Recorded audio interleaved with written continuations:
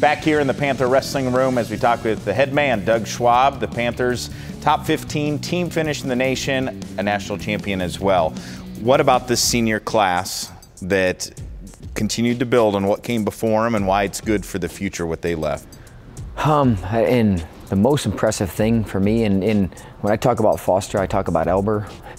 Because they're the two seniors in our lineup. We have two other seniors, Darren Eads and Hunter Washburn, who huge parts of our program. The work in that group, those group of four, the amount of work that they put in this room, the energy and focus that they had, the level that they did it at this year, especially being a fifth-year guy, that you're still excited to be in here, and that, you know, when we're doing a drill and we're doing, you know, drops on the wall, which those are awful.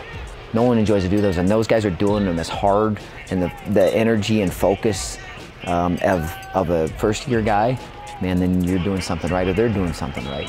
So they led by example. They led by the type of men that they are, and the competitors that they are. But when you hear these guys and our younger guys talk about them and how they revere them, not because of their accolades, but because of the type of men they are, then hopefully we're doing a good job. But hopefully we're just doing a real good job of getting the right kind of kids. And that group of four, man, incredible group of kids that are going to leave a lasting impact and legacy on our program. Why do you think Josh is going to be successful after life as a college wrestler? Just because how he goes about things. He can handle anything now. You know, obviously, when you write up your career, and I've told these guys from day one, like, you're not going to achieve everything you want in the sport. I mean, I haven't seen one guy come away and been like, they've won absolutely everything that they ever wanted.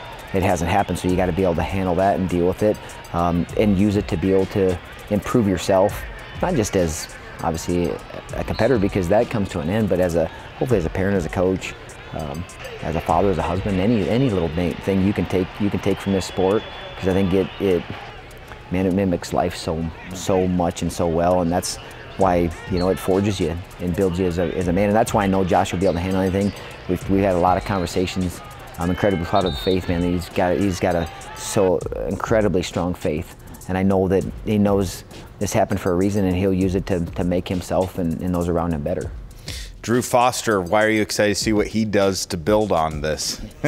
Well, just sometimes like you talk about tip of the spear, you got to have that first guy to get through. But for him too, like, hey man, yeah, I never was a state champion, so maybe you're almost like, you got a little bit of chip on your shoulder, but also that, can I really do this? And then he just proved to the country and the world that he can be a national champion. And I know he wants to wrestle beyond, and it's just a springboard into that. Hey man, look at how much he's grown and got better in this amount of time. So now you put another quadrant together. How much more better can he continue to get? You know, if that's what he wants to do, if he sets his mind to it, he's proven that he can do something great. So, you know, I know talking with him, I think he wants to do that at the next level, and we want him to do it in this room.